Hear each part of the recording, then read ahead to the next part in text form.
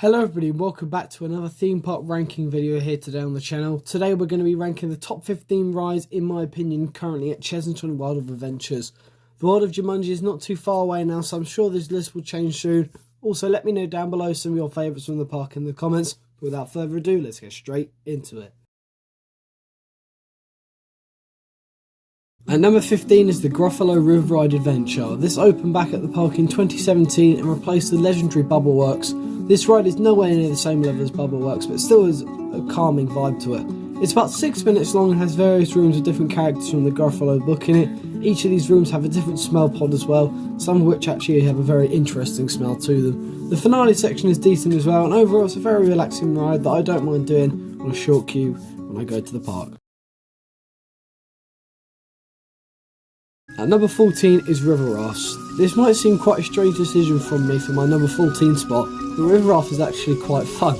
This opened back at the park in 2020 as part of the new Rainforest expansion, but was originally actually located at Sea Life Weymouth, which I'll always remember for a different reason for most people. I left my bag in the station after I came off and forgot it was there, and it was there for about 30ish minutes.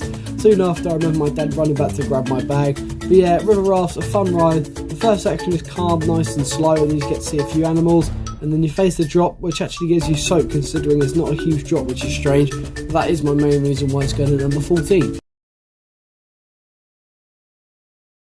At number 13 is Jungle Rangers, another one that may come to a surprise, but it is actually Jungle Rangers as I said. This ride is another one that isn't too thrilling, but it's nice and relaxing. This used to be known as Tony's Crazy Cars, but opened as a re-theme attraction back in 2020 along with the Rainforest expansion as well.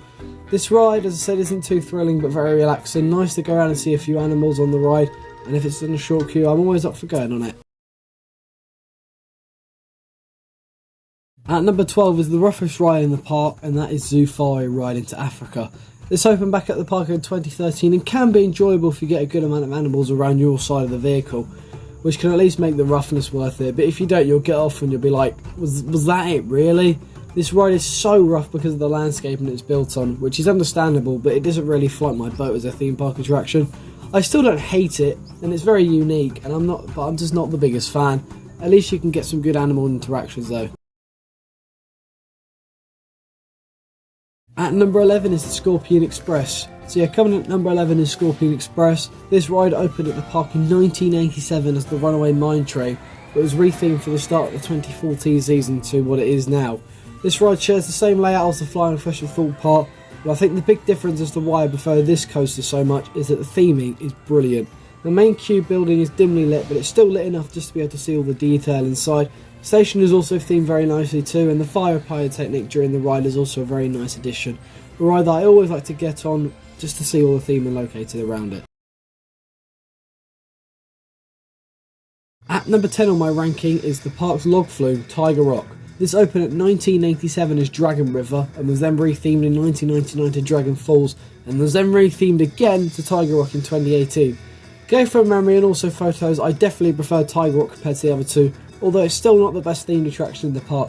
The station for Tiger Rock is quite nice, and the rest of the ride itself does not look as good as the station sadly. It's got two quite nice drops, and the tiger head sculpture for the second is actually very impressive. The Tiger Rock finds itself at number 10 spot because of this. The number 9 spot is taken up by the park's interactive dark ride Tomb Blaster. This originally opened at the park in 1987 as the Fifth Dimension. It was then rethemed from the 1994 season to be known as Terror Tomb, and then 2002 it was rethemed once again to Tomb Blaster. This ride has a decently themed queue line outdoors, and the theming gets even better once you get inside. The ride itself uses interactive dark ride guns that you shoot to hit targets with and different pieces of theming throughout the ride, and the ride itself is a good bit of fun as well and a good length too. I do sometimes prefer just to not lose the bar story and then look at all the set pieces, but if I get serious I need to beat a family member or a friend on the point system, I will go God mode. At number 8 is Monkey Swinger. This ride opened at the park in the year 2000 under the name of Billy's Whizzer in the Beano Land area of the park, and then in 2010 the ride reopened as a part of the Wild Asia theme land, which obviously replaced Beano Land. Monkey Swinger has a good ride cycle and is great fun, but it can be a soaker as well, which does actually come in handy on warm days at the park.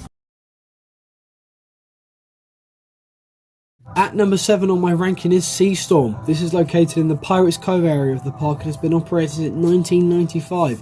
This ride has got a great cycle and can eventually pick up a bit of speed. It's a fun family attraction that I always love getting a ride on if I visit the park. At number 6 on my ranking is Rattlesnake. This coaster opened at the park in 1998 and has been running ever since. The experience starts off quite well for this ride. It's got a really well themed queue line and station, but as soon as you get on it starts to go downhill. It is a wild mouse coaster, so the entire coaster is rough, which is okay for some people but not really for me. It's a few drops and turns, nothing too exciting though, but I do find it's a good bit of fun sometimes. But yeah, number 6 on my ranking is Rattlesnake. At number 5 is the Blue Barnacle. This ride has been at the park since 1998 as the Black Buccaneer. Then that version of the ride closed in 2018. It's gone through years of maintenance and opened in 2021 as the Blue Barnacle. The swinging ship is actually my favourite of the 3 located at the Merlin's UK parks. You can get some great swings if you sit at the back too, and it's got a bit of intensity and a decent bit of airtime. So for those reasons, Blue Barnacle occupies the number 5 slot.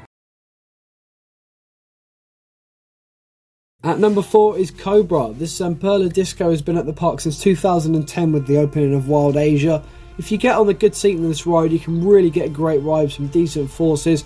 If you don't, however, the ride will be nowhere near as good. It's complete luck whether you get a good seat or not really, so for that reason I can't rank it higher than 4. At number 3 on my ranking is Croc Drop. This drop and twist ride opened in 2021 at the park, replacing my all-time favourite Chessington attraction, Ramesses Revenge. This ride does have huge shoes to fill when it comes to replacing Ramesses, and it does a pretty good job to be fair. With the small space that the previous ride took up, there wasn't a huge attraction Chessington could put in. They went with the family drop tower and it's now one of my favourites on park. The theming is fantastic, a great soundtrack, the drop tower itself is really good fun, so at number 3 is Croc Drop. At number 2 on my ranking is Dragon's Fury. This Maura spinning coaster has been at the park since 2004 and still holds up brilliantly.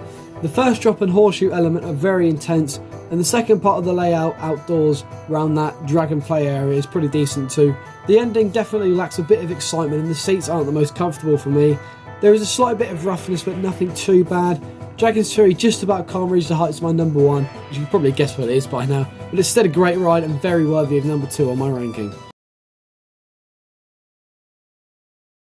So as you all probably would have guessed by now what was occupying my number 1 spot, it's of course the Vampire. A classic attraction not just for Chessington but for UK theme parks as a whole.